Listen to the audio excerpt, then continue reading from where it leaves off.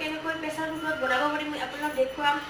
এইটো পাঠা মাংস মই লৈছোঁ 500 গ্ৰাম, আলু লৈছোঁ এটা, বিলাহী লৈছোঁ এটা, অইল অকণমান লৈছোঁ, ইপিনে লৈছোঁ পিঁয়াজ কাটি লৈছোঁ, পাঁচফোৰণ, জিৰা, হালধিৰ গুড়া, কেঁচা ধনিয়া, ইপিনে নিমখ, তেজপাত, আদা আৰু নহৰু পিচি লৈছোঁ, কেঁচা জলকীয়া মই 4-5টামান লৈছোঁ, ইপিনে লৈছোঁ শুকান জলকীয়াৰ গুড়ি আৰু মছলা গুড়ি। এই মছলা গুড়িটো আপোনালোকে পিচি ল'লে বেছি টেষ্ট হয়, কিন্তু মই পিচি লোৱা নাই, মই পেকেটে লৈছোঁ। আৰু আপোনালোকক মই কেনেকৈ বনাব লাগে মই সেইটো ৰেচিপি আপোনালোকক মই বনাই দেখুৱাই আছোঁ। মই এতিয়া তেজপাতটো দি দিছোঁ, তেজপাতটো মই এতিয়া লৰাই দিছোঁ অকণমান। এই তেজ দেখিছে মই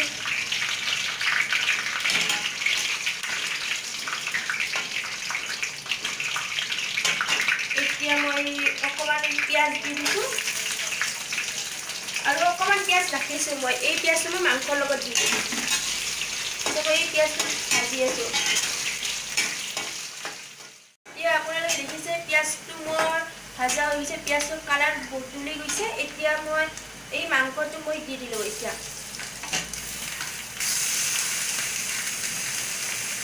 মই মাংসটো দি দিলোঁ। মাংসটো লৰাই থাকিম। মাংসটো লৰাই দিম।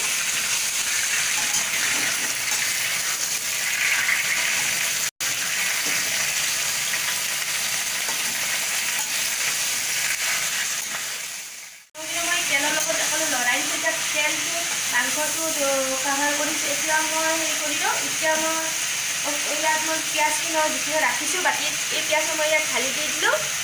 আৰু আলুটো মই অলপ বহাই দিলোঁ। আৰু নিমখটো মই দি দিলোঁ। কিন্তু হালধি গুড়াটো মই এতিয়া নিদিওঁ। হালধিৰ গুড়াটো মই অকণমান দেৰি কৰি দি দিম, নহ'লেবা কড়াইৰ তলত লাগি যাব পাৰে বা হালধিটো পুৰি গ'লে আঞ্জাটো টেষ্ট নহয়। এতিয়া মই হালধি গুড়াটো মই পিছত দি দিম। এতিয়া মই এইটো বস্তুটো অকণমান ভাজি থাকিম। 5 মিনিটমান ভাজা হোৱাৰ পিছত মই হালধি গুড়াটো এতিয়া মই মাংসৰ কালাৰটো যিহেতু বদলি গৈছে অকণমান, এতিয়া মই হালধিৰ গুড়াটো দি দিলোঁ। ইয়াত আপুনি দেখিছে মই হালধিৰ গুড়িটো দি দিছোঁ। আৰু যিবিলাক মই আদা নহৰু পিচি থৈছোঁ, এই আদা নহৰু পিচাখিনি মই এতিয়াই দি দিওঁ। এতিয়া মই আদা নহৰু পিচাখিনি দি দিওঁ আৰু অকণমান আৰু জলকীয়াকেইটাও দি দিছোঁ। কেঁচা জলকীয়া দিলে এইটোৱে হয় যে ইয়াৰে ধুনীয়া এটা খুচবু আহে। এই খুচবুটো মাংসৰ লগত মিহল হৈ যায় আৰু ধুনীয়া লাগে আৰু। এয়ে মই এতিয়া এইটো মই ভাজি এতিয়া আছোঁ। আৰু অকণমান ভাজা হোৱাৰ পিছত মই প্ৰেছাৰ কুকাৰত দি দিওঁ এই বস্তুটো। এতিয়া মই আপোনালোকে দেখিছে যে 4-5 মিনিটমান মই এইটো ফ্ৰাই কৰিলোঁ। এতিয়া মই ইয়াত বিলাহীখিনি দিছোঁ আৰু কালাৰটো দেখিছে নহয় কেনেকুৱা হৈছে। তাৰপিছত এতিয়া মই বিলাহীটো দি দিলোঁ। বিলাহীটো দি মই আৰু অকণমান লৰাই থাকোঁ।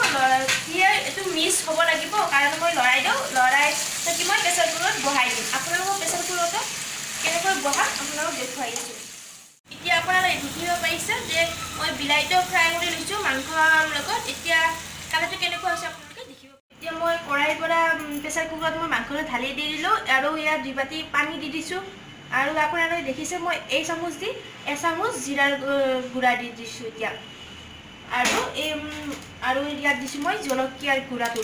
এইটো দিছোঁ কাৰণ ইয়াত কালাৰটো ধুনীয়া হ'ব, সেইকাৰণে মই জলকীয়াৰ গুড়া দিছোঁ। এতিয়া মই কুকাৰৰ ঢাকনিখন বন্ধ কৰি দিলোঁ। 2টা চিটি অহাৰ পিছত মাংস আপোনালোকৰ হৈ যাব। কুকাৰৰ মই নামাই দিলোঁ কেৰাহীত এতিয়া মই লাৰি আছোঁ। আপোনালোকে দেখিব পাৰিছে কেনেকুৱা হৈছে। এইটো মাংসটো হেৰি হৈছে, সিজি গৈছে আৰু হাতীৰ পৰা এৰা দি গৈছে।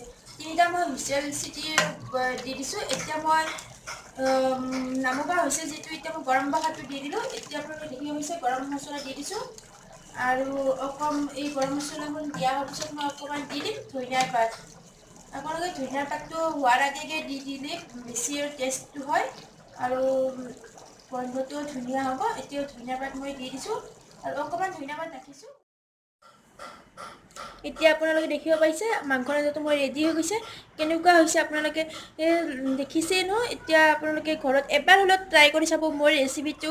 ভাল লাগিলে আপোনাৰ লাইক কৰিব, কমেণ্ট কৰিব আৰু ছাবস্ক্ৰাইব কৰিবলৈ নাপাহৰিব।